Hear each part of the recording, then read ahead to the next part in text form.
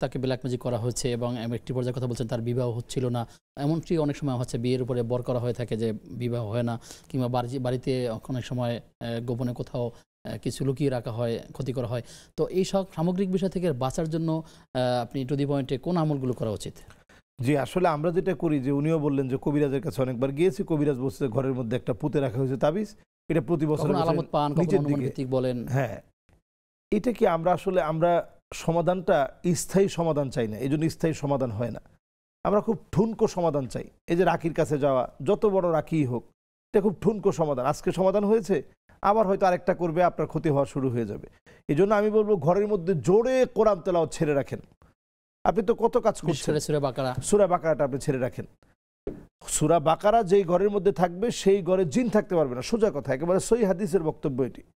এই জন্য আপনি ঘরের মধ্যে সূরাতুল বাকারা তেলাওয়াতটা ছেড়ে রাখেন, কোরআনুল কারীমের বিভিন্ন আয়াতের তেলাওয়াত ছেড়ে রাখেন। সূরা কাহফ আয়াত তিনি মুখস্থ করতে পারেন কিনা?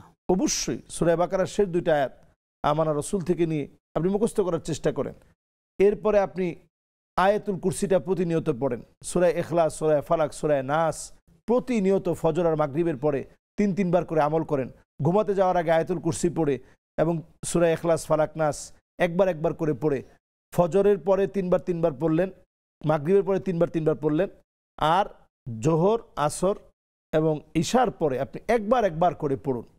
আপনি যদি কোনো বিষয়ে ভয় পেয়ে যান, লা হাওলা ওয়ালা কুওয়াতা ইল্লা বিল্লাহিল আলিয়্যিল আযীম পরে নিজের মধ্যে আপনি নিজে একটা ফু দেন, বিসমিল্লাহিল্লাযী লা ইয়াদুররু মা ইসমিহি শাইউন, এটা ফজরের পরে আপনি পড়বেন। এটা ফজরের পরে আপনি একেবারে ভাত খাওয়া যেমন আপনি নিজের জন্য আবশ্যক করে নিয়েছেন, আলহামদুলিল্লাহ, এটাও আপনার ক্ষতি করতে পারবে না, কেউ আপনার কোনো ক্ষতি করতে পারবে না। বিসমিল্লাহিল্লাযী লা ইয়াদুররু মা ইসমিহি শাইউন ফিল আরদি ওয়ালা ফিস সামা ওয়া হুয়াস সামিউল আলিম, আউযু বিকালিমাতিল্লাহি তাম্মাতি মিন শাররি মা খালাক।